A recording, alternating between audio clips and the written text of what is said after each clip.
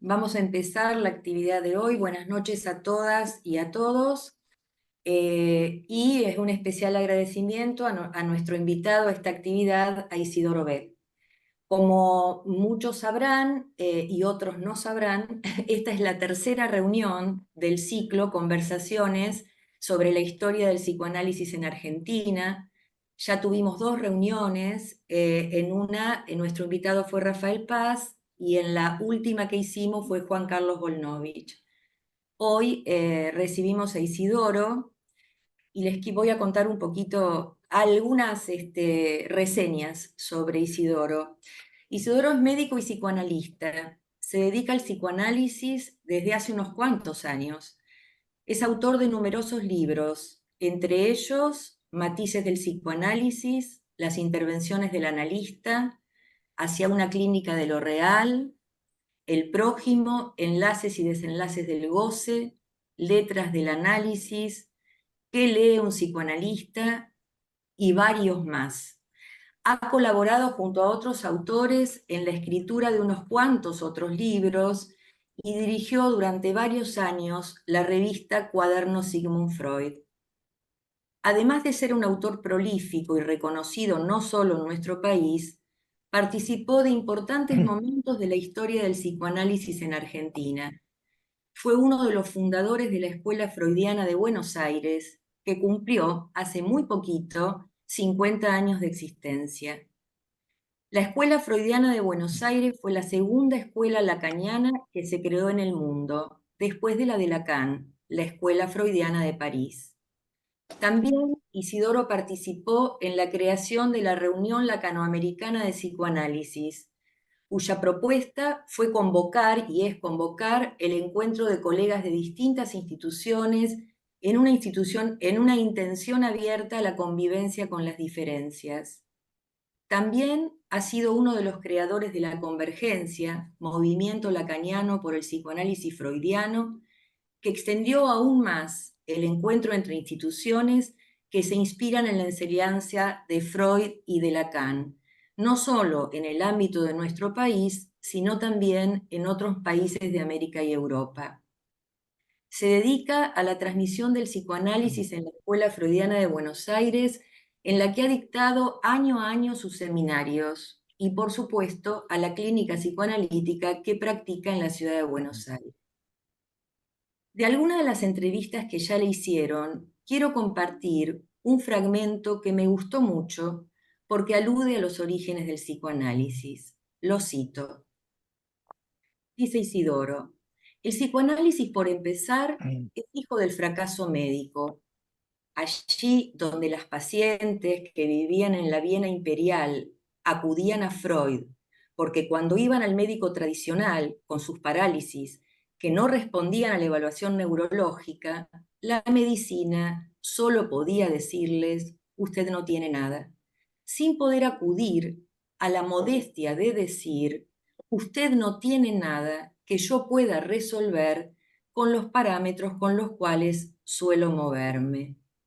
Freud tuvo entonces la capacidad, la inteligencia, la sensibilidad para escucharlas a esas famosas histéricas y descubrir lo que es la esencia del psicoanálisis.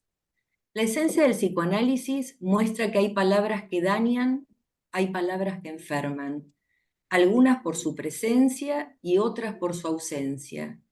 Si lo resumimos en un pequeño aforismo, podríamos decir, un síntoma no es sino una palabra amordazada.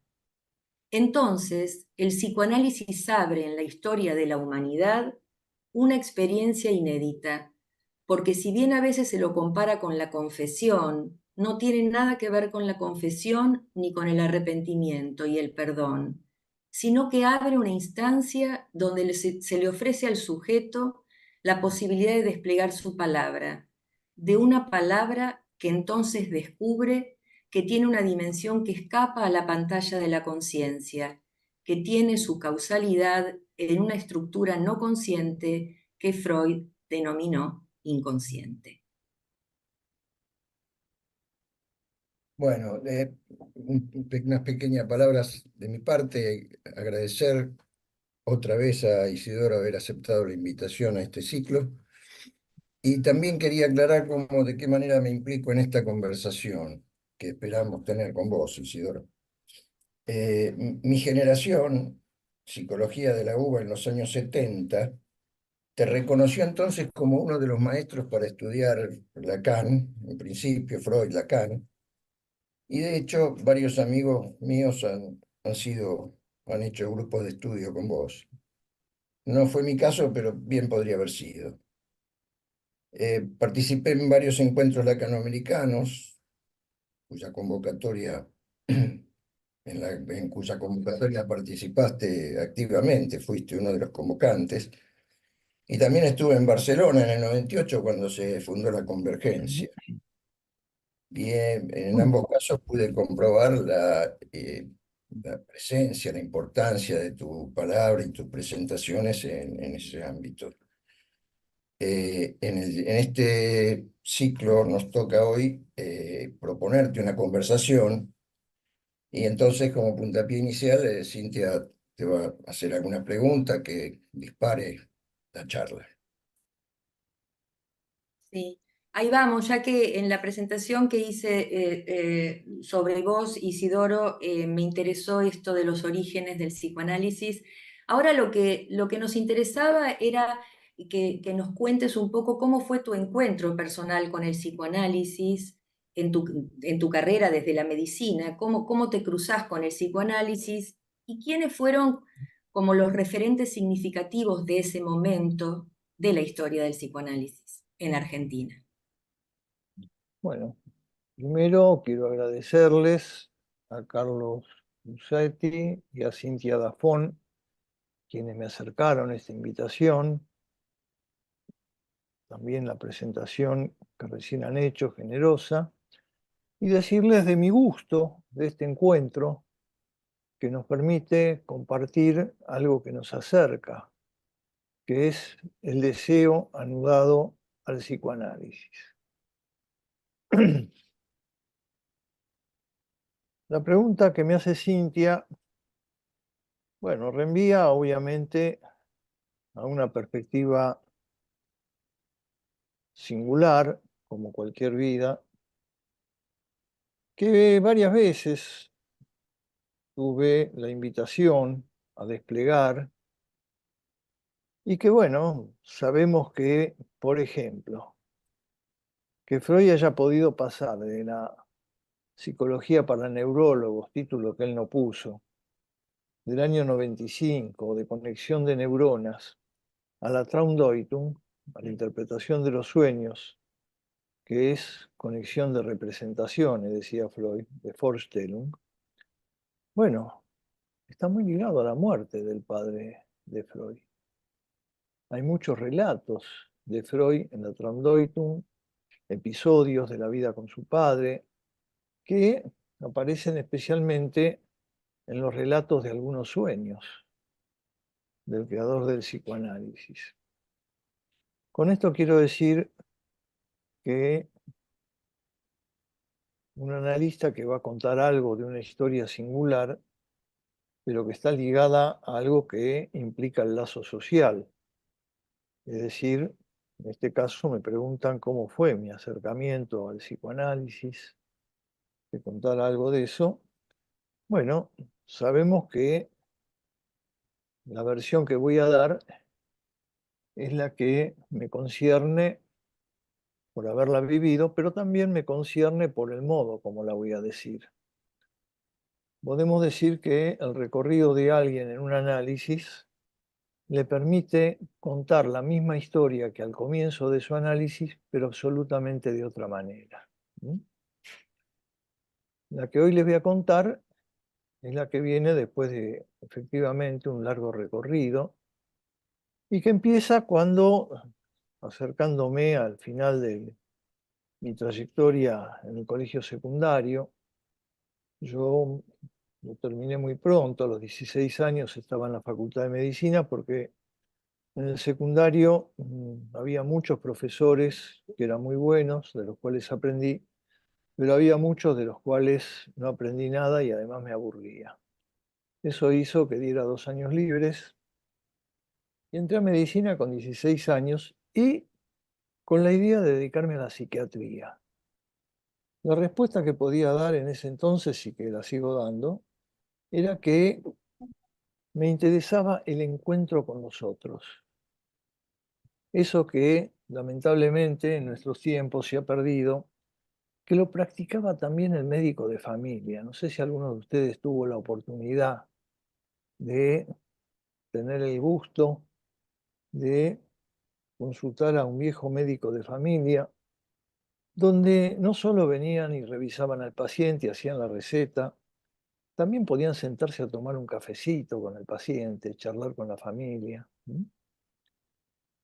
Es decir, que de algún modo esos médicos de familia intuían que además de las pastillas que podían recetar, había algo que también favorecía el efecto terapéutico cuando había un acercamiento de otra naturaleza. Bueno, yo pensé que lo que me interesaba de la medicina había dos cosas. Una que tenía que ver con la vida, apostar a la vida. Suelo decir, yo vengo de familia judía, que desde hace unos años, como Freud, además de sentirse muy contento de ser argentino, me lo transmitió mi padre, que estaba muy agradecido porque la Argentina le dio un lugar, como a tantos otros emigrantes, en tiempos muy difíciles. Y me acuerdo que mi padre, si alguien hablaba mal de la Argentina, no le gustaba y rápidamente decía que él estaba muy agradecido. Bueno, desde hace unos años, entonces cuando brindo con mis amigos íntimos, que me lo aceptan, como además de estar muy agradecido yo también a este país, y a cómo acogió a mi padre, a mis abuelos, que venían de la persecución antisemita, un tema que lamentablemente retorna. Bueno, también me declaré ciudadano del mundo, como dijo Freud, y suelo brindar diciéndole Jaime.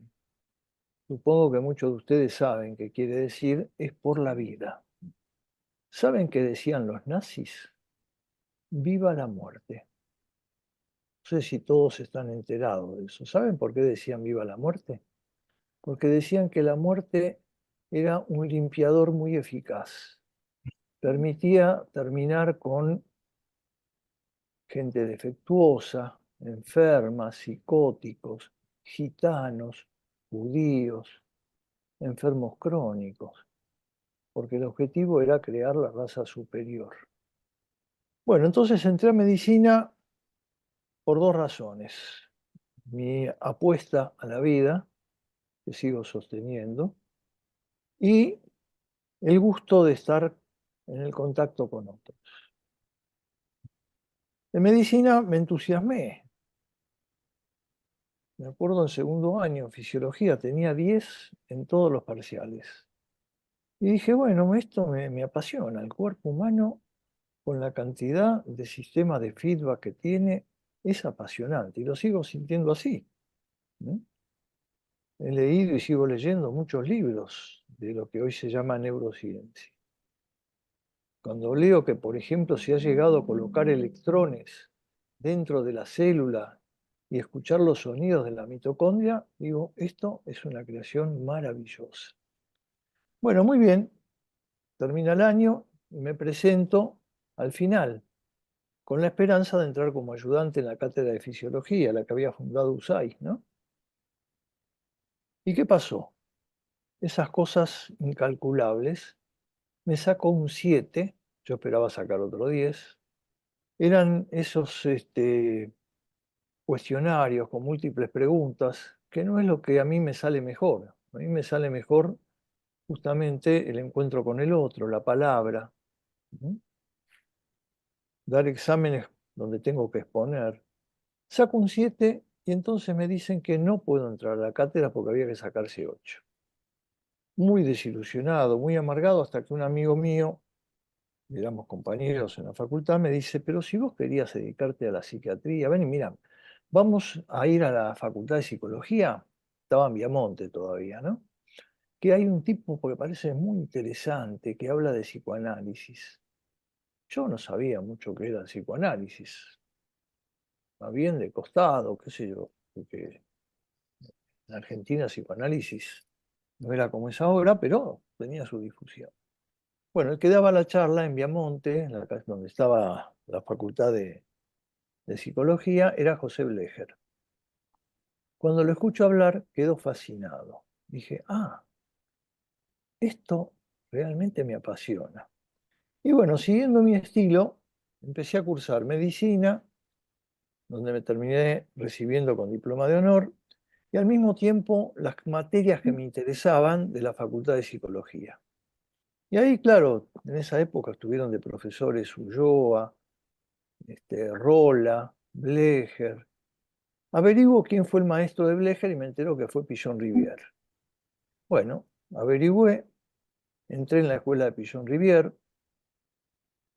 hice toda su escuela, fui coordinador de esa escuela, y Pillon Rivière es un referente para toda mi vida, siempre lo nombro como mi maestro. Muy bien, por ahí empieza mi relación ya con el psicoanálisis y decidido a trabajar como psicoanalista.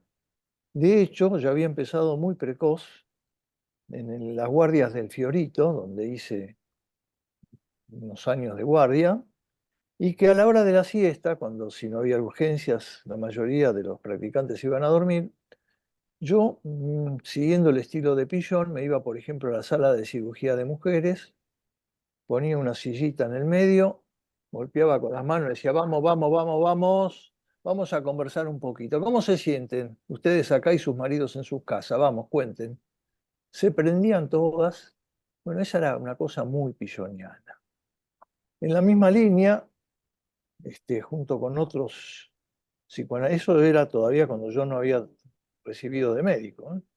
Después ya recibido, ya dedicado plenamente al psicoanálisis, bueno, con otros colegas que compartíamos cierta manera de pensar la sociedad y la relación de los seres humanos en ese marco compartido, atendimos en una tranvía convertido en dispensario en la Villa 31, antes que fuera el Padre Mujica. Fue durante varios años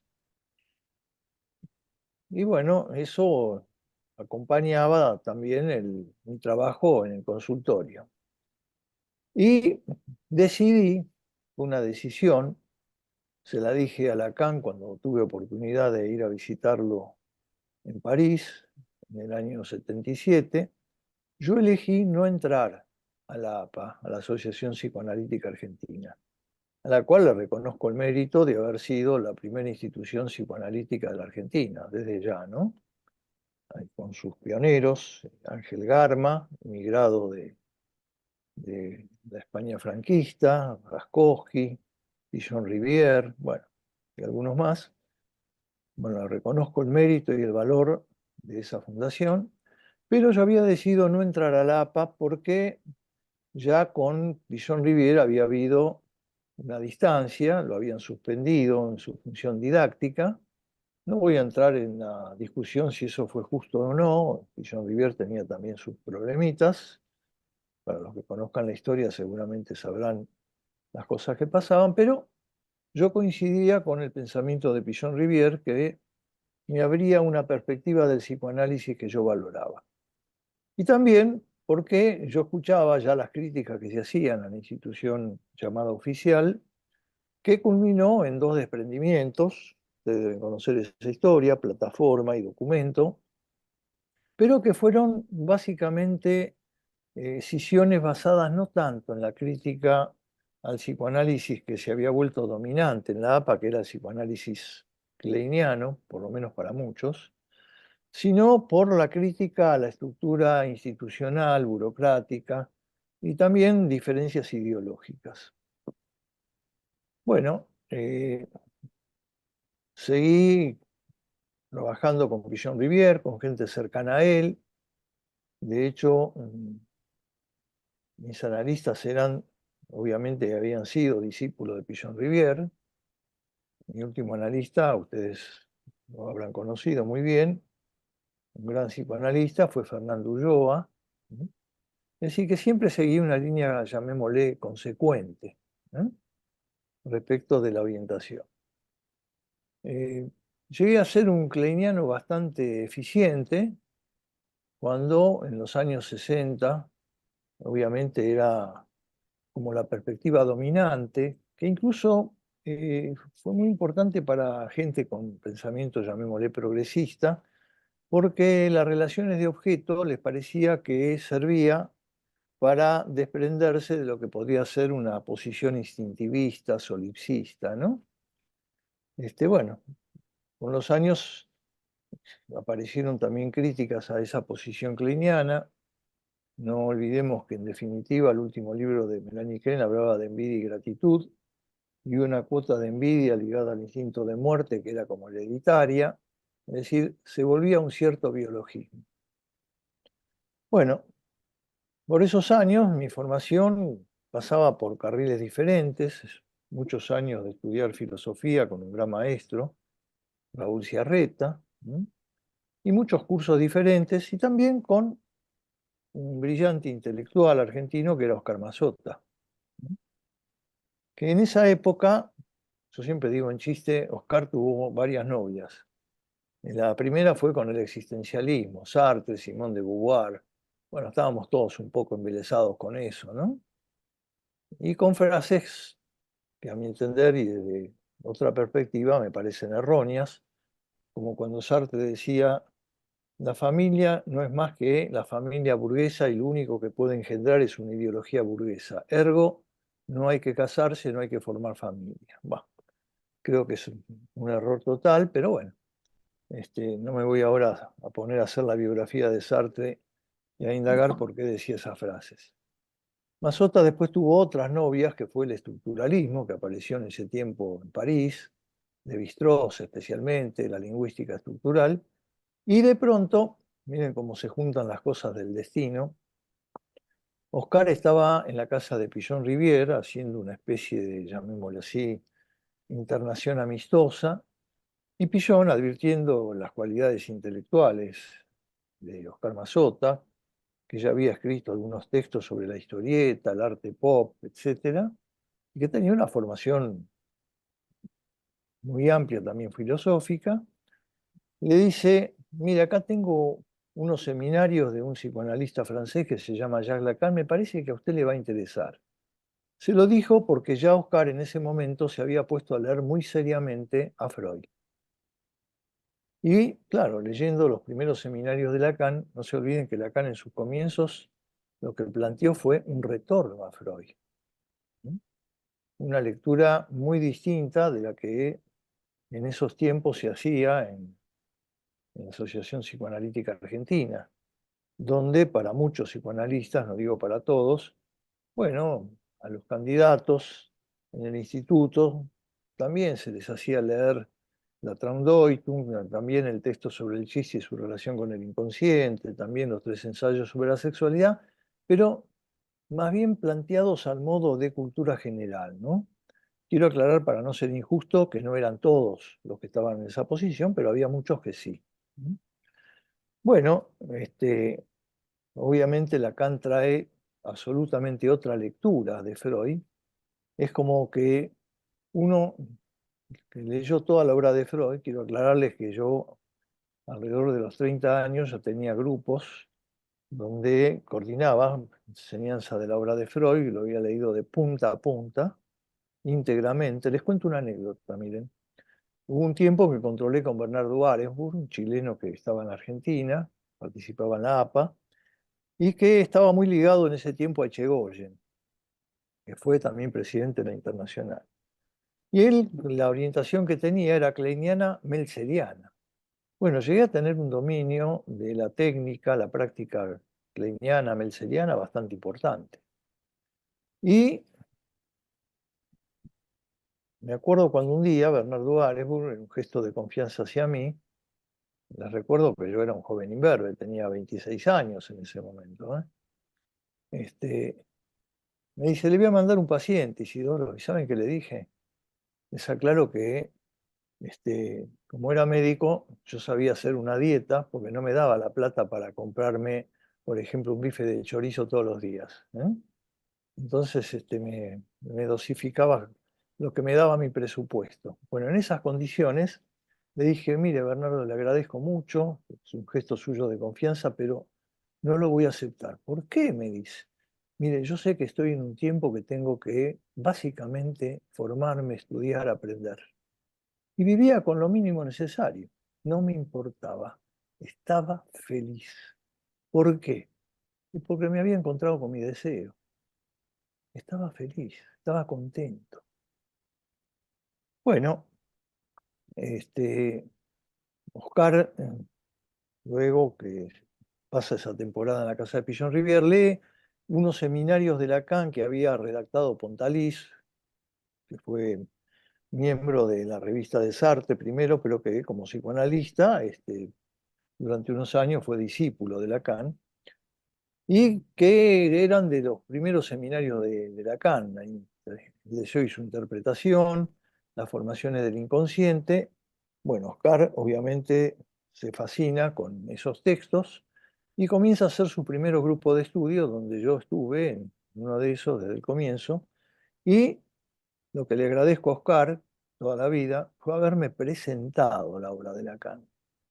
Cuando yo leo en los escritos de Lacan que recién se habían publicado en el año 67, 66, no antes, en el año 64 creo que se publicaron por primera vez, y empiezo a leer el primer texto que era sobre la carta robada de Edgar Allan Poe, no lo podía creer.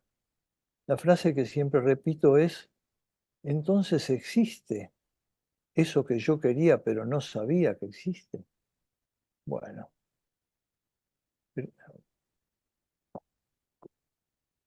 me fascino con la obra de Lacan, me entusiasmo. Un segundito porque me metieron una propaganda en la pantalla, ¿verdad? A ver si lo puedo sacar.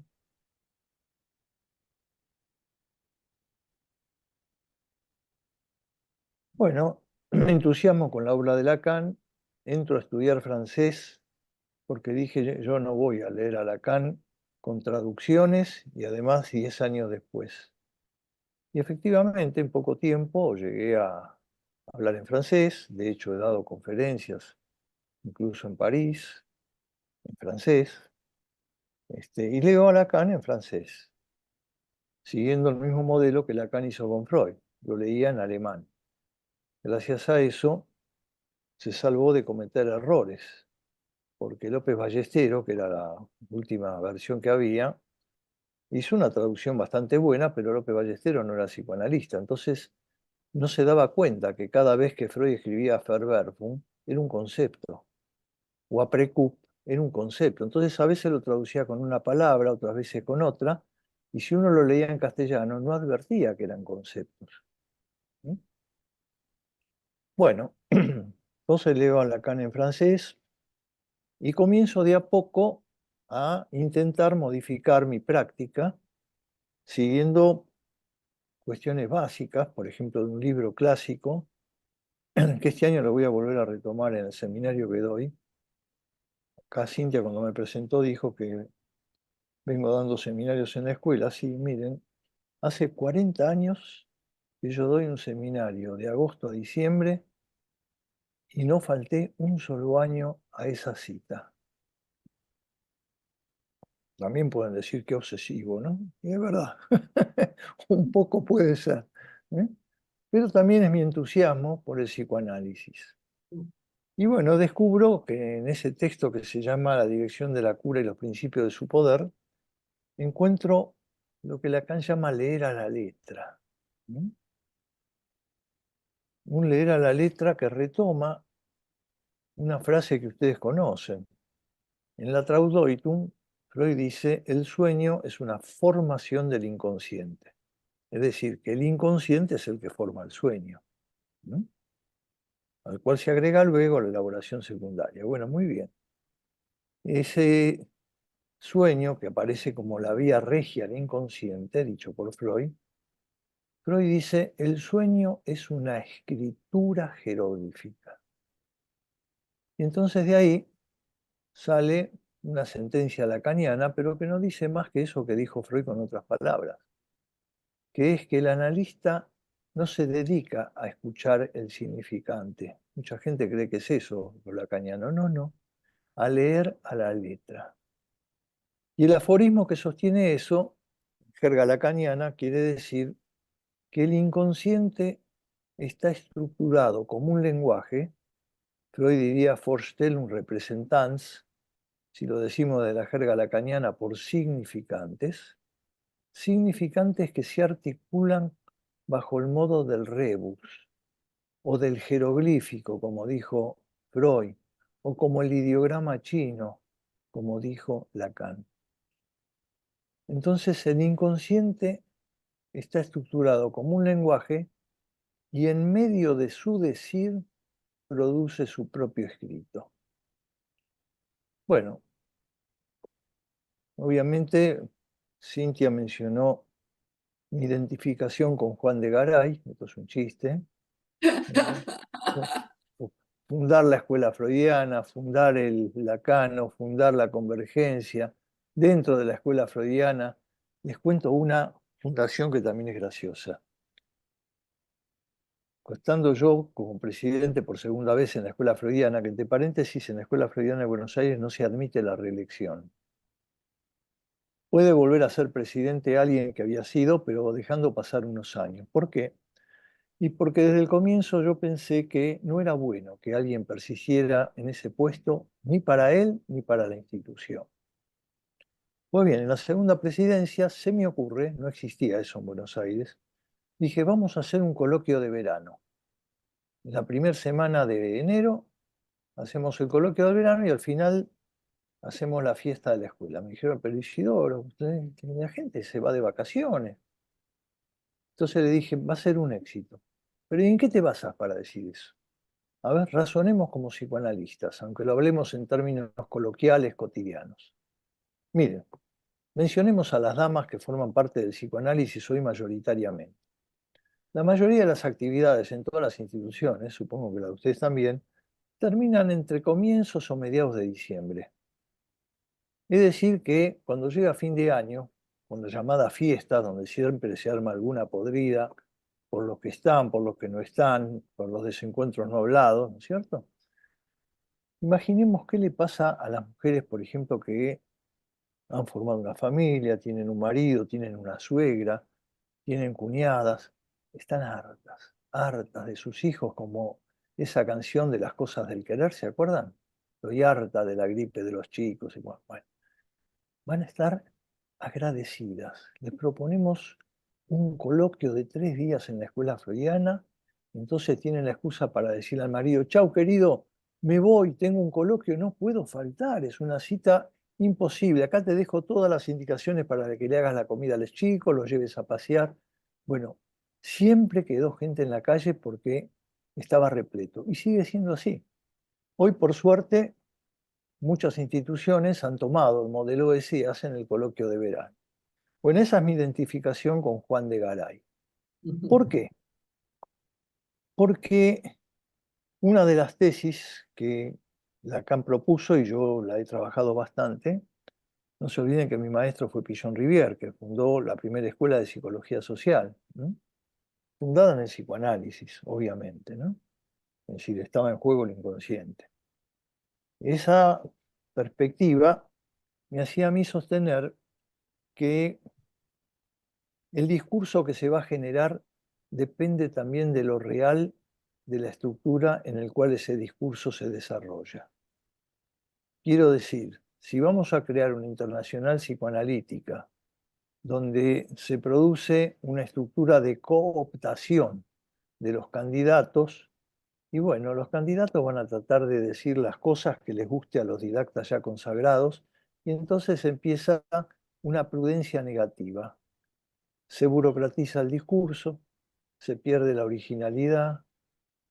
Es decir, que me daba cuenta que cada estructura que se creaba tenía que ser acorde al discurso que queríamos proponer. Les cuento otra anécdota. En ese momento yo no era presidente, pero vamos a negar que si mi historia en relación a la Escuela Freudiana de Buenos Aires, mi palabra tenía un peso.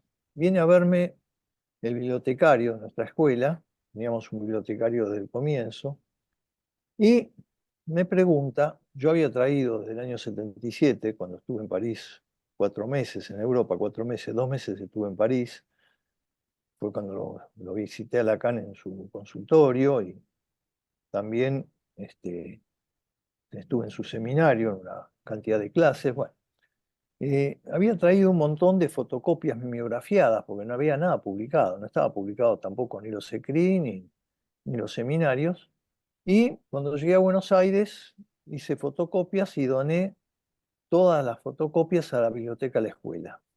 O sea que la escuela comenzó a formarse con un material que no existía prácticamente en Buenos Aires. Viene un día el bibliotecario y me dice: Isidoro, ¿qué hacemos? Han venido psicoanalistas de la APA a pedirnos que les demos fotocopias de los seminarios de Lacan.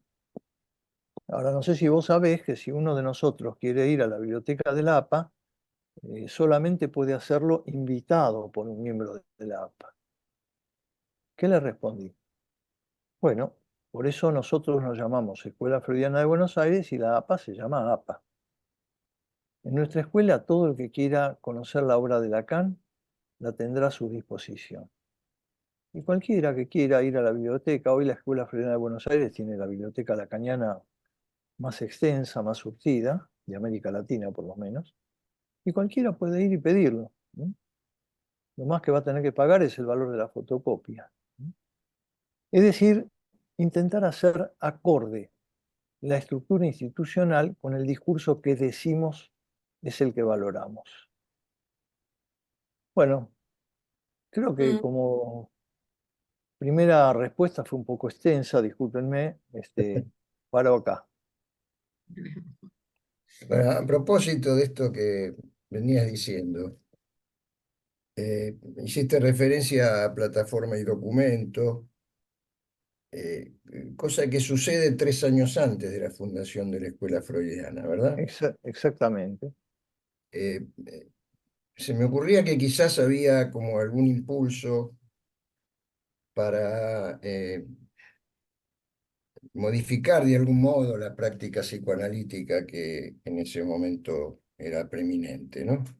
La introducción de la obra de Lacan, obviamente, es una ruptura muy importante con las lecturas que se venían haciendo hasta el momento. Ahí se funda la escuela de la cual vos sos uno de los fundadores. ¿Cómo pensás la importancia de esta institución en el psicoanálisis de la época? ¿Cómo Eh, pensás Cuando decís esta institución, ¿a cuál te referís? a la tuya? Ah, a la escuela freudiana, sí, sí. No, porque Claro. como mencionaste, plataforma, documento, bueno. No, no, no, no, la Sí, escuela sí, sí. freudiana, obviamente, Sí, sí, ¿no? sí, sí, sí. ¿Qué introduce el psicoanálisis lacaniano en la práctica clínica de los años 70, en ese momento? Bueno, como dije, tenía claro que éramos jóvenes imberbes, que teníamos mucho que aprender, lo hacíamos con mucho entusiasmo. Es obvio que hoy hay muchos psicoanalistas que han decidido seguir las enseñanzas de Freud y de Lacan y hacer también sus propios desarrollos. Pero digamos que en ese tiempo era una ruptura, ¿sí?, con sus limitaciones y sus aciertos. Por ejemplo, en el comienzo, ustedes saben que Lacan fue, como él dijo, excomunicado de la Internacional Psicoanalítica en el año 64, por ahí, en Estocolmo, entre otros, Anna Freud fue una de las que firmaron que Lacan no tenía los análisis que Lacan conduciría, no tendrían valor didáctico. Lacan era didacta de hacía años. Y que sus seminarios no iban a contar en la formación de los candidatos. Bueno, en la Argentina eso tuvo sus ecos en los primeros años, como si nosotros no existiéramos. Éramos un muy pequeños grupos, ¿no?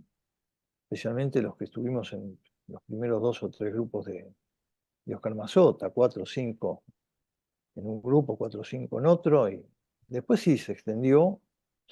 Muchos jóvenes psicólogos que no podían entrar a la APA porque la ley lo prohibía, tenían que ser médicos. Bueno, se acercaron mucho a la enseñanza de Oscar, pero desde el lado del psicoanálisis de la Asociación Psicoanalítica Argentina, acá no existía. Como se dice en la jerga coloquial, era un ninguneo absoluto. Cuando ya no se pudo hacer más el ninguneo, la cosa cambió. No se pudo hacer más el ninguneo porque me acuerdo cuando hicimos una presentación en la Facultad de Medicina, apoyados por el Instituto Goethe, que fue masiva. Y ahí, bueno, presentamos varios trabajos, y Lacan empieza a ser nombrado. Entonces, segundo tiempo, la respuesta desde la institución psicoanalítica llamada Oficial fue, no es un psicoanalista, es un filósofo. Entonces me acuerdo cuando conversando con Oscar y otros colegas que éramos los que teníamos mayor recorrido ya en la obra de Lacan, decidimos invitar a 2 psicoanalistas con una larga experiencia clínica.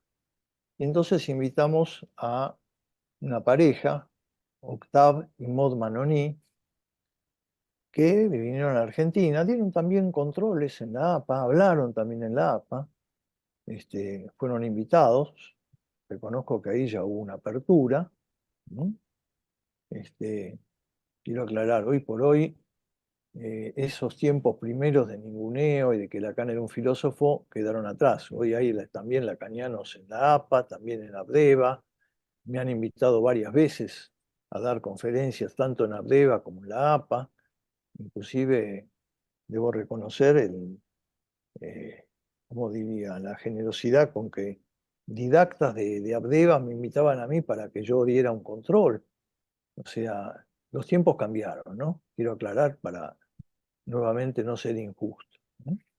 Bien. Y yo también he invitado, por ejemplo, a un bioniano a hablar en mi seminario, a un winnicottiano, Silvio Zilliger, a hablar también en mi seminario. Quiero decir, estamos en otro tiempo, ¿no?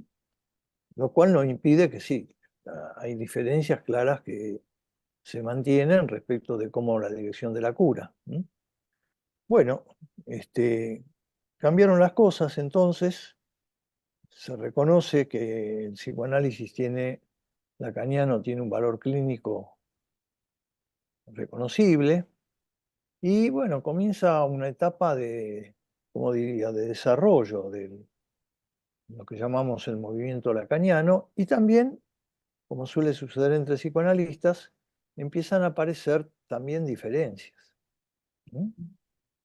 Quiero decir, no lo voy a nombrar, nunca lo nombro, la gente ya sabe quién es.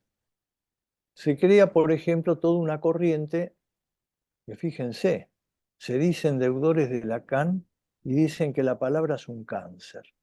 Lacan dijo esa palabra, pero también dijo, la palabra puede ser una estafa, pero no siempre lo es. También puede ser portadora de la verdad del sujeto.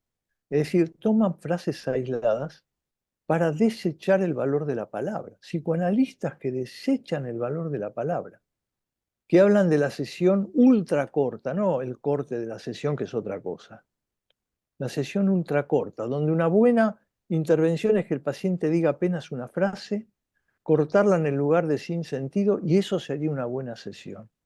Yo digo, si a alguien se le murió un ser querido, ¿eso le sirve para elaborar el duelo, por ejemplo? Bueno, nosotros digo la Escuela Freudiana de Buenos Aires, pero también la Escuela Freudiana de la Argentina, especialmente con 2 colegas, Benjamín Dom y Norberto Ferreira, hicimos entonces un retorno a Lacan. Está por salir ahora el libro que recoge las intervenciones que hicimos durante 10 años, señalando la diferencia. Y bueno, cada uno sigue su camino. El nuestro implica reconocer la relación de Freud con Lacan, también las diferencias y las extensiones que Lacan ha hecho sobre la obra de Freud, y permítanme que les diga, y no lo tomen como vanidoso, y también las extensiones que ya nosotros venimos haciendo sobre la obra de Lacan.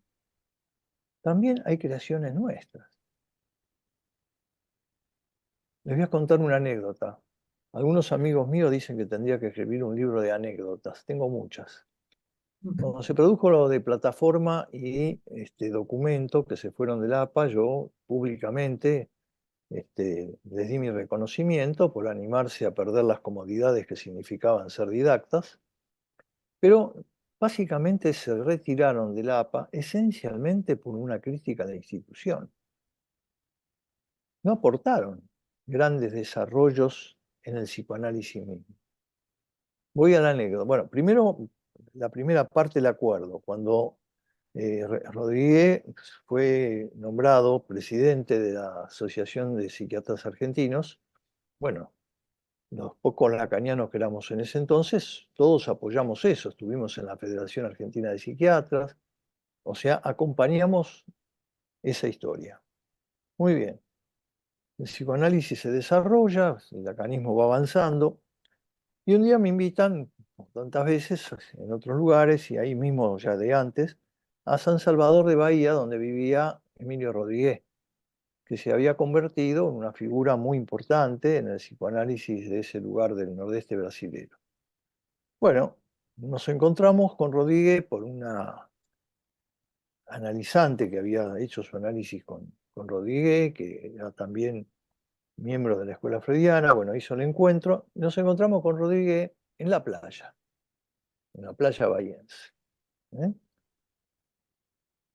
Me invita a almorzar, comimos unos ricos pescados que se hacían ahí en la playa, y entonces Emilio me hace así, mira, tengo que decirte algo, Isidoro, mira, ¿ves? Este compró el huevito, este lo calentó, este después le sacó la cáscara, este lo puso en el plato y después vinieron ustedes y se lo comieron.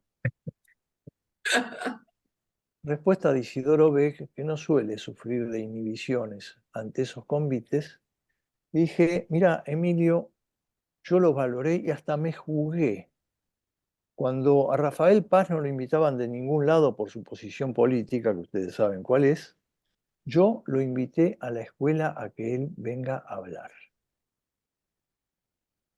Bueno, lo mismo hice con Juan Zamaja, que le habían puesto una bomba cuando fue decano ahí en Mar del Plata, sí, el rector de la Universidad de Mar del Plata.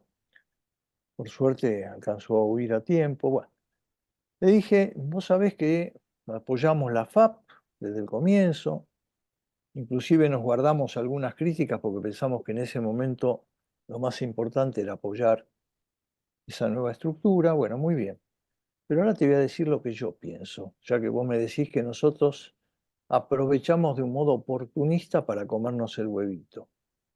Todo eso que vos hiciste, que pudiste renunciar a tu lugar de didacta y las comodidades que te daba, yo lo valoro. Por eso estamos acá conversando. Pero decime la verdad, Emilio, ¿qué carajo de ustedes produjeron de novedad en el psicoanálisis? Ese fue el diálogo. Igual terminamos amigos, charlamos hasta el final. La prueba está que cuando Emilio se volvió a reencontrar con el psicoanálisis, porque hubo un momento en que él se fue del psicoanálisis. No sé si algunos de ustedes lo conocieron, Emilio. Bueno, sabía vivir. Sí. No voy a, digamos, conozco muchas más cosas, pero que por mi cariño hacia Emilio no, la dejamos por ahí. Cuando él tuvo que presentar su libro sobre Freud, que lo hizo sobre la base de otras biografías de Freud, me pidió que lo presente, cosa que lo hice.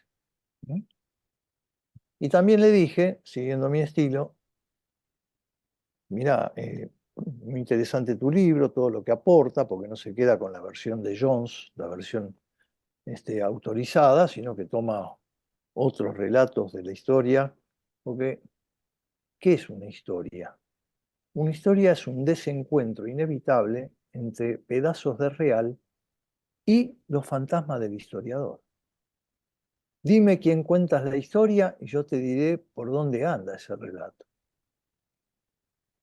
Bueno, Entonces, en público, cuando presenté la obra de Rodríguez sobre Freud, obviamente valoré el esfuerzo que había hecho y le dije, pero vos, Emilio, tenés que agradecerle a tu propia obra lo que esa obra hizo con vos. Te permitió volver al psicoanálisis, porque él se había ido del psicoanálisis. Creyó que la manera de superar lo que había trabajado en el kleinismo, él incluso tiene un texto en uno de los libros clásicos de la escuela kleiniana, ¿no? Bueno, lo iba a superar pasando a otra cosa. Por ejemplo, retomó ideas de Ferenczi, entonces el paciente se acostaba en una colchoneta y él se acostaba al lado en otra colchoneta. Ahora voy a hacer un chiste. Si había pases de colchoneta, yo no lo sé. Eso no lo sé. Bueno, A propósito de esto que decías, vos planteabas la cuestión de cómo en la corriente lacaniana se han ido separando algunas corrientes, eh, y en cierto momento se conforma la reunión lacanoamericana, creo que por sí. el 70 y algo, ¿no es cierto? Se hace por primera vez en Buenos Aires. No, por primera vez se hace en Uruguay, En- creo que en el hotel de Carrasco, por ahí, ¿no? bueno, no estuve allí. Eh, pero la pregunta era esta.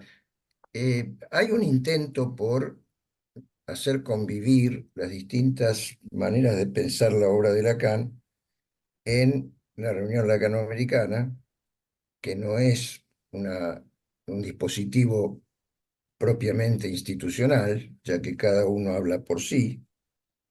Y la segunda vuelta es la convergencia, donde ya se trata de una reunión de instituciones psicoanalíticas. Me llama la atención ahora que vos estás diciendo que van a publicar un libro con Benjamín Domi y Norberto Ferreira de la Escuela Freudiana de la Argentina, ¿no? De manera que, ¿cómo pensás este problema de las diferencias de lecturas de la obra de Lacan y las diferencias que naturalmente debe haber también diferencias clínicas en esas perspectivas, ¿verdad? Ya, primero quiero pasar una información que, bueno, creo que es importante. Cuando decidimos fundar la reunión lacanoamericana ya estaba planteada la diferencia con aquellos que desvalorizaban la palabra, el significante, A solo partir de Caracas. el deseo, claro, a la vuelta de Caracas, el deseo no lleva a nada, bueno, en fin, absolutamente todo lo contrario de lo que decía Lacan. Bueno, entonces, esa persona que no nombro, para tener un público numeroso, apuntó a la universidad, ¿eh? A los jóvenes adolescentes, que bueno, sabemos que todos fuimos adolescentes, algunos quizá lo sigan siendo. En esa edad uno busca salir de la endogamia y no es tan fácil, muchas veces se busca un padre suplente, ¿eh? Idealizado, y cuando hay idealización es difícil pensar. Bueno, entonces la reunión lacanoamericana fue pensada así. Primero, no la íbamos a hacer en ningún lugar donde hubiera universidad. Por eso se hizo la primera en Carrasco, la segunda se hizo en un lugar de veraneo en el sur de Brasil, la tercera se hizo en Mar del Plata.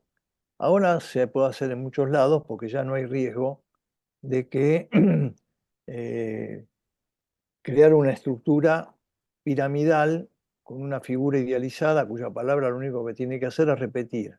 Como cuando éramos estudiantes. ¿Qué hacíamos cuando éramos estudiantes? Che, al profe, ¿qué libro le gusta? Y uno iba a dar con el libro que le gustaba al profe. ¿Mm? Bueno, entonces se hizo en esos lugares porque no queríamos hacer cooptación de adolescentes. La convocatoria de los lacanos la hacían las instituciones.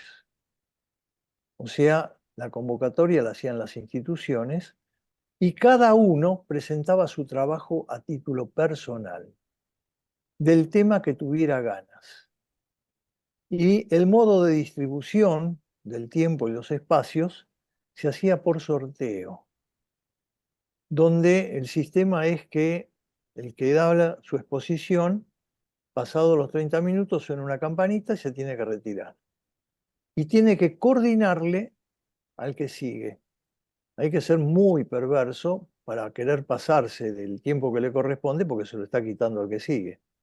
Con el tiempo, sabiendo que el ser humano no es esencialmente bueno, tampoco es esencialmente malo, pero digamos que tiene eros y tánatos, generalmente se pone un dispositivo que a los 30 minutos se apaga el micrófono, con lo cual el tiempo es respetado. Bueno, esa es la estructura de Lacan. En la convergencia, en cambio, tiene otra estructura, porque Lacan cada vez que termina la reunión se disuelve y si se organiza, se vota en la misma última reunión con dónde se hará el próximo y así queda. La convergencia fue un intento de crear una multiplicidad de lazos. Se integraron también instituciones de España, de Francia, muchas, de otros países que no estaban en Lacan o que venían algunos de vez en cuando. Y la multiplicidad de enlaces quería decir que si tres miembros de distintas instituciones querían hacer una actividad con el nombre de convergencia, tenían derecho a hacerlo. Y se hicieron un montón de coloquios, encuentros, jornadas, libros bajo el título de la convergencia. O sea que tiene otra estructura, donde lo más importante no es la reunión general, para nada, sino esa multiplicidad de enlaces. Por ejemplo, el retorno a Lacan, psicoanalistas de distintas instituciones, bueno, es una tarea también de la convergencia. Sí, sí.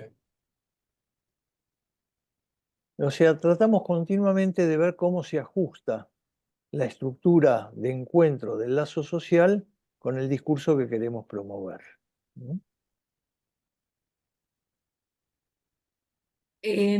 Yo propondría abrir a ver si alguien tiene ganas de hacerle alguna pregunta a Isidoro. Alguien, ahí está, ya tenemos. Mariana Wikinski o Daniel Sluki, alguno de los dos tiene ganas de preguntarle algo. Dani, avanti. Ah.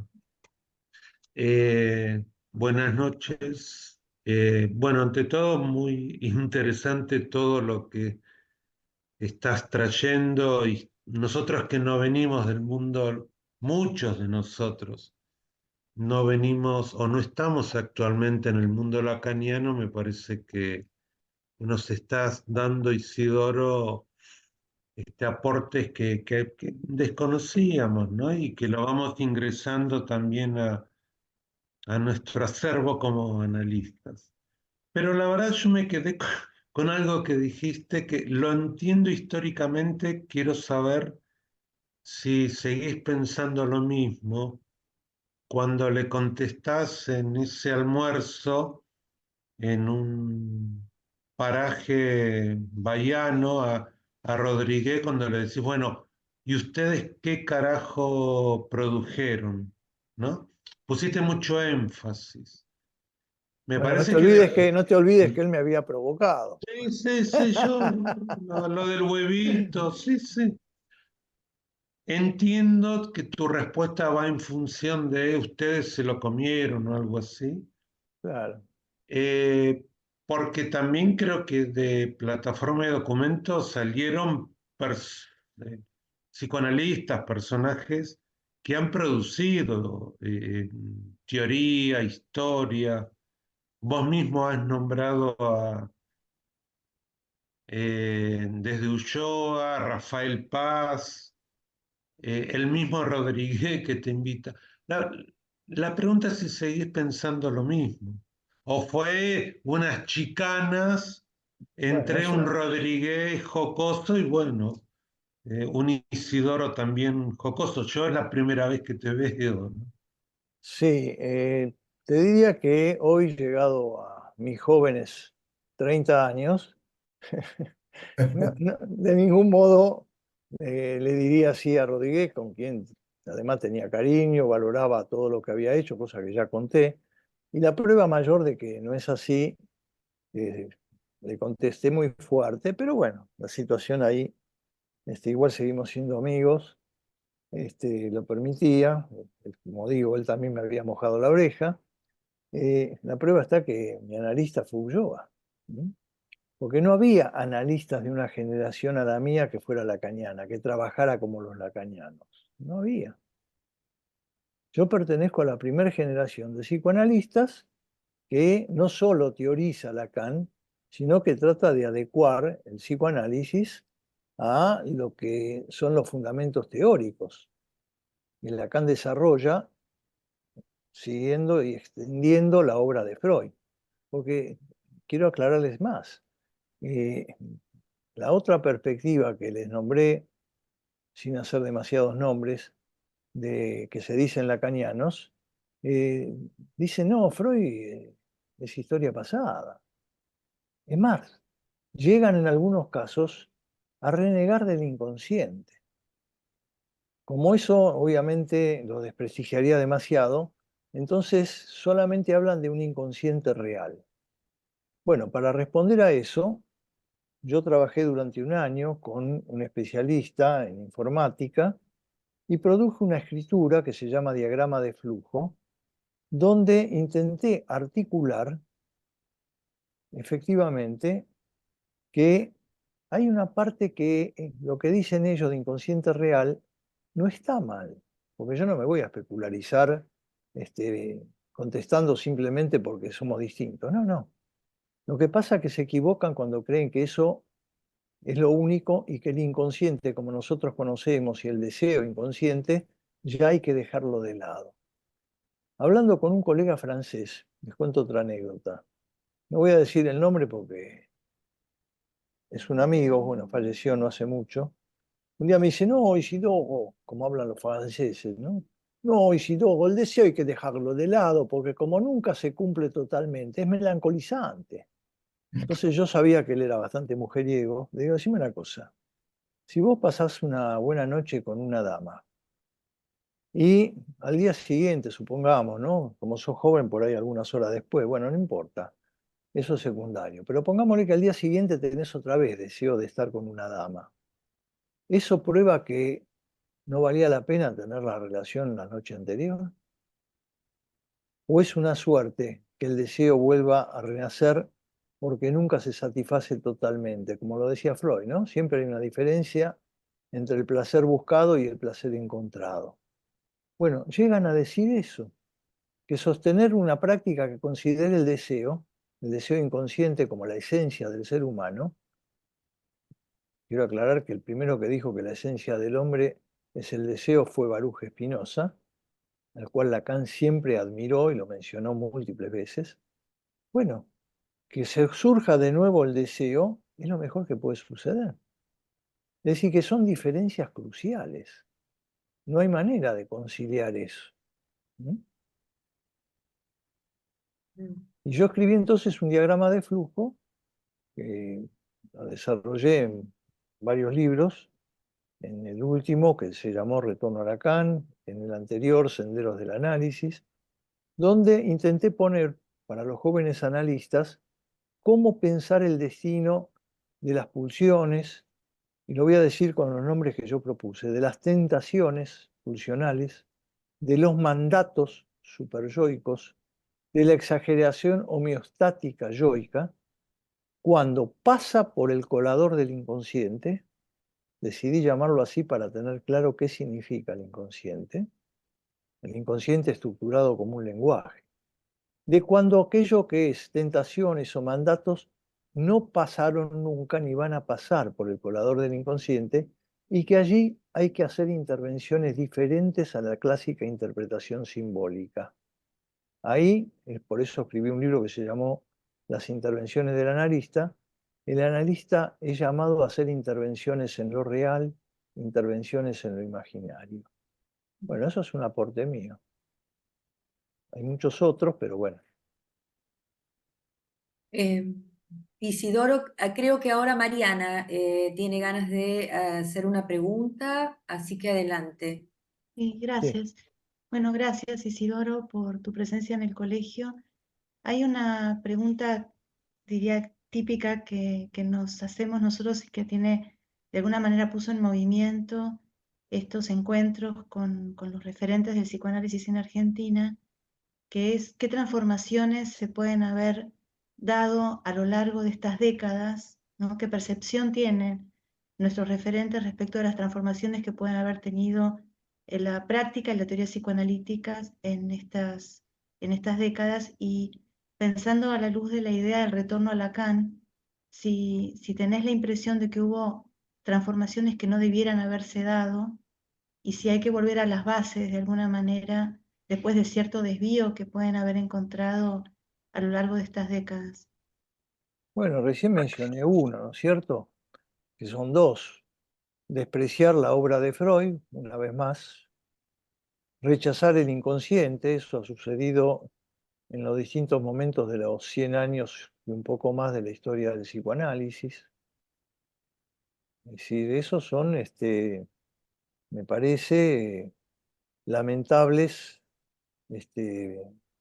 resultados de una dificultad que es inherente a la estructura. ¿En qué sentido? Que el inconsciente es radicalmente inconsciente. Y va a ser siempre invitado a ser reprimido, rechazado o forcluido. Sucedió con Jung, sucedió con Adler. Freud mismo tuvo que en los años 30 criticar a sus discípulos más cercanos, a Ernest Jones, Karen Horney, Melanie Klein, cuando empezaron a biologizar. Y Freud les dijo, ¿por qué biologizan el inconsciente? ¿En qué lo biologizaban? Bueno, cuando discutieron sobre la etapa fálica en la niña. Y entonces, siguiendo el texto clásico de Melanie Klein sobre las sensaciones sexuales de la niña, donde, según esa perspectiva, la niña se vuelca a un falicismo, a la búsqueda del falo que el padre le adeuda, según ella, a partir de esas sensaciones biológicas. Y Freud dice que no, que tanto la niña como el niño tienen una primera etapa que es fálica. ¿Qué quiere decir que es fálica? Miren la audacia de Freud, si la leemos atentamente. Freud no dice que una mujer quiere tener un hijo porque tiene mucho amor para darle, porque hay un instinto maternal. Miren, yo no lo podía creer. Cuando leí el texto sobre la maternidad de Mary Langer, sabemos bien su posición progresista, ella llega a hablar de un instinto maternal. Pues bien, Freud no dice eso. Freud dice que aún hoy no sé quién de nosotros se animaría a escribir eso por la audacia. Dice, una mujer desea un niño como sustituto del falo que su padre no le dio. Freud clásico. Entonces hay que entender qué quiere decir, cuál es la lógica de por qué una mujer quiere recibir el falo que su padre no le dio. ¿Qué significa ese falo? ¿De qué se trata? Miren, hay una frase que dijo Lacan cuando inauguró la sección clínica en la Universidad de Vincennes, que fue la principal cuando fue el movimiento de Mayo, ¿se acuerdan? La revuelta estudiantil en París. Bueno, Lacan fue a inaugurar la sección clínica en Vincennes, es decir, una cátedra donde se trataba especialmente la clínica, y dijo esta frase: la clínica, el campo es freudiano, el inconsciente es lacaniano. ¿Cómo? Le escribí yo en alguno de mis libros. ¿Cómo, maestro, dice eso? Si hay algo que inventó Freud es el inconsciente. Es más, casi al final de su vida, cuando algún periodista dijo, bueno, ¿cuál es la esencia de lo que usted aportó? Y el inconsciente. Pues bien, esa frase hay que entenderla. No es que Lacan de pronto le vinieron delirios napoleónicos. Primero pone campo freudiano. Y hay campo freudiano porque Freud descubrió el inconsciente. Pero cuando él dice el campo freudiano, el inconsciente es lacaniano, está diciendo la esencia de lo que él realizó a lo largo de toda su vida. Es un hombre que trabajó hasta casi el borde de la muerte para producir qué. Él dijo, nunca quise ser original. dediqué mi vida y mi enseñanza a producir la lógica de los relatos freudianos. Si no hubiera sido por Lacan, Tótem y Tabú hubiera quedado como, bueno, algo interesante que se le ocurrió a Freud, pero que no es verificable. Ya Lévi-Strauss dijo que nunca se vio una tribu primitiva donde hay asesinato del padre, los hijos después hacen la fiesta totémica, eso nunca se vio. ¿Y Lacan qué dijo? Tenés razón, no es un hecho histórico, es un relato que, bajo la forma de un mito, plantea una estructura. Bueno, no vamos ahora a desarrollar cuál es la estructura que revela Tótem y Tabú, pero digo, es otro Freud el que uno lee después de haber transitado la lógica a la que Lacan consagró su vida y su enseñanza. Y bueno, yo intento, dentro de mis posibilidades, no me comparo con Freud y con Lacan, es decir, solamente me comparo en el sentido de traté de seguir sus métodos dentro de lo que para mi posibilidad pude desarrollar. ¿eh? No igualo mi obra a la de Freud o de Lacan, no, ese delirio no tengo. Lo único que digo que sí, que trato de aprender de mis maestros. En eso soy bueno, en aprender donde hay algo para aprender, sé recibir enseñanzas. Y las reconozco además. En plena euforia lacaniana en Argentina, y yo suelo ser identificado como un lacaniano de la primera hora, pero siempre dije que mi maestro, con el que yo controlé, con el que seguí su escuela, con el que siempre me vienen referencias. Es más, alguna vez pensé que, en definitiva, yo terminé desarrollando toda la enseñanza que recibí de Freud y Lacan, marcado por la enseñanza de Pillon, ¿sí? Por su propia perspectiva. ¿Sí? Bueno, Eh, ¿Hay alguien más que tenga ganas de hacerle una pregunta a Isidoro? Ya contamos con escasos 10 minutos más o menos de trabajo. ¿Alguien más tiene ganas de hacerle alguna pregunta a Isidoro?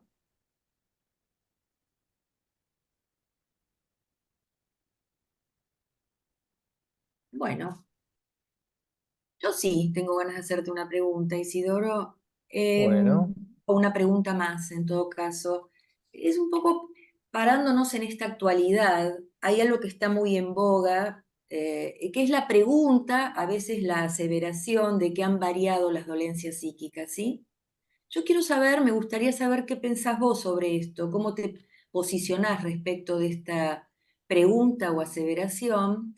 Y de paso, así meto otra, porque tenemos poco tiempo ahora, y es qué pensás de la clínica que se desarrolla a través de dispositivos virtuales, de la clínica psicoanalítica a través de dispositivos virtuales. Estas dos cuestiones te bueno. planteo. Mira, de la primera, muchas veces me lo han preguntado y recuerdo cuando un periodista me preguntó, dígame doctor, ¿los pacientes que usted ve son los mismos pacientes que veía Freud? Dije, a ver, veamos. Histéricas, sí, yo atiendo pacientes histéricas e histéricos. Lo que no veo es el gran cuadro de convulsiones, como se ve en el cuadro clásico de Charcot, porque bueno, con las psicodrogas que hoy abundan, no se llega a ese extremo, salvo en algunos lugares hospitalarios gratuitos donde viene gente de condición muy humilde y que, bueno, no han llegado a tener el velo que la psicodroga propone. Neurosis obsesivas, si quieren llamarlo TOC, después de la película de Nicholson, pueden llamarlo TOC, pero son neurosis obsesivas. Fobias en abundancia, más que nunca. ¿Y por qué más que nunca? Y por lo mismo que le diría que se puede ver en lo otro que le voy a contar ahora. Lo que sí veo mucho es jóvenes, adolescentes desorientados. No solo de desorientación vocacional, desorientados también sexualmente, desorientados existencialmente. Y cuando indago, por ejemplo, llamando a sus padres a entrevistas, son menores de edad, veo que la desorientación comienza en los padres. Son ellos los que por pánico a ser autoritarios no ejercen la autoridad. Y entonces tenemos un efecto, que es esa desorientación, ¿no? Que bueno, es cosa de todos los días. A ver, un pibe de 16 años, el padre le da la llave del auto, es un padre que da mucha libertad, entonces el chico con sus compañeros van a donde está la fiestita, toma y después se matan los cuatro. ¿Por qué? Bueno, porque es así. ¿Quién es el responsable de eso? Es un pequeño ejemplo que doy, ¿eh? Muy pequeño. Un padre que me consulta con su mujer, ¿qué hago con mi chico? Y tiene 6, 7 años y dice que él quiere usar también pollera como la hermana. Pero que él quiere seguir siendo varón, pero quiere usar pollera como la hermana. ¿Qué hago? ¿Lo dejo? Y digo, ¿usted le gusta el fútbol? Sí, me dice. ¿De qué equipo es? Me nombra un equipo. Le digo, ¿le da lo mismo que su hijo use la camiseta del equipo contrario? No, no, claro, no. Vamos a la cancha juntos, quiero que lleve la camiseta de mi equipo. Ahí se anima a ejercer su autoridad. En lo otro no. Con esto sería mal interpretado si ustedes creen que estoy en contra de alguna de las variantes que hay hoy en la llamada sexualidad. Esa que Freud llamó sexualidad polimorfa. No, no tengo nada en contra. Tan solo digo que no es ningún acto heroico ni de libertad.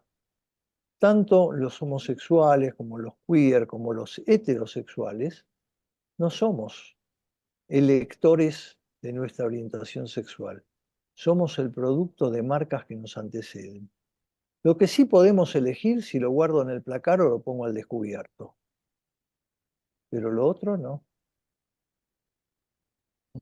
Bueno, yo creo que ahí hay muchas cosas que del psicoanálisis podemos decir y decirlas bien, porque también hubo un post-freudismo que tuvo sus prejuicios.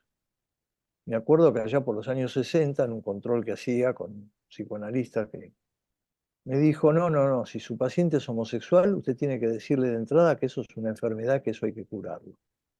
Bueno, por suerte creo que hoy, en la mayoría de los psicoanalistas, eso sería, para decirlo suavemente, considerado un error. ¿Mm? Bueno, vos me hiciste otra pregunta más. ¿Cuál era? Sí, ¿qué pensás de la clínica que se desarrolla a través de dispositivos virtuales? Ah, sí, sí. Miren, yo creo que se puede hacer, de hecho, gracias a los dispositivos virtuales, como ahora, fíjense. ¿Es inútil lo que estamos haciendo? No, yo creo que sí, que está muy bien, que podemos conversar gracias al uso de la tecnología. Como decía Humberto Eco, el televisor no es ni bueno ni malo, depende del uso que se haga. Ujú. Pero no creo que sea lo mismo que una sesión en presencia. Presencia viene de praens ens, estar ante. Estar ante, como lo desarrolló muy bien Walter Benjamin, ¿no es cierto? No es lo mismo estar frente a una fotocopia, que tiene su mérito, permite que miles de personas puedan tener una copia de las Meninas de Velázquez, pero el cuadro de Velázquez y estar ante el cuadro de Velázquez tiene lo que Walter Benjamin llamaba el aura. Con otras palabras diría el trazo de la presencia del sujeto, ese trazo, esa pincelada que de pronto podemos, si tenemos la suerte de ir al Prado y estar frente al cuadro que pintó Velázquez, lo tenemos a Velázquez ahí a través de un trazo que su mano depositó en la tela.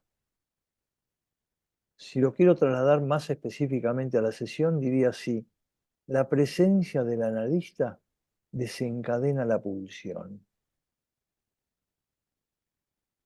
Mm. Entonces digo, sí, sirve. No estoy de acuerdo con que sea exactamente lo mismo, no es lo mismo. Mis pacientes, bueno, después de que hubo lo del COVID, muchos reordenaron su vida de un modo tal, por ejemplo, una paciente que vive en Loma de Zamora, me dice, o me atendes online o corto el análisis. No voy a hacer más ese esfuerzo de viajar hasta tu consultorio, llegar tarde a mi casa, mis chicos me están esperando. Bueno, está bien. A los que lo aceptan les digo, si me preguntan, les digo, mira, es preferible que vengas, si podés. Pacientes que les habrá pasado a muchos de ustedes, que los han llamado desde otras ciudades de la Argentina, quizás desde otros países. Bueno, es obvio que ahí no le podemos decir que vengan por lo menos una vez por semana al consultorio. Pero en esos casos también les sugiero que si pueden, que 1 o 2 veces por año pasen por el consultorio. Creo que tiene un valor la presencia del analista. Muy interesante. Estamos en sintonía con esa idea, seguramente. Carlos, bueno, ya llegamos al. ¿Querés comentar algo más? ¿Preguntarle algo a Bueno, Isidoro? me parece, han quedado muchas preguntas en el tintero, pero bueno, no será la única vez que podamos conversar. De manera que, bueno, ya siendo las 10 de la noche, me parece que es momento de cerrar la conversación acá. Y bueno, que todos los compañeros que están silenciados abran sus micrófonos para poder agradecerle a Isidoro. Muchas gracias, Isidoro. Gracias, Isidoro. Gracias. Gracias. Muchas gracias. Muchas gracias. Muchas gracias. Bueno, Muchas gracias. Gracias. yo también quiero agradecerles a ustedes la Muchas gracias. invitación, la cordialidad con que me han recibido y las preguntas, que siempre son una invitación a pensar. Así que bueno, será hasta otra oportunidad. Bueno, Hasta una nueva oportunidad. Gracias, Isidoro, nuevamente. Gracias. Buenas bueno, Gracias. Chao. chao. Muchas Luego. gracias. Hasta Muchas luego, gracias. gracias. Chao.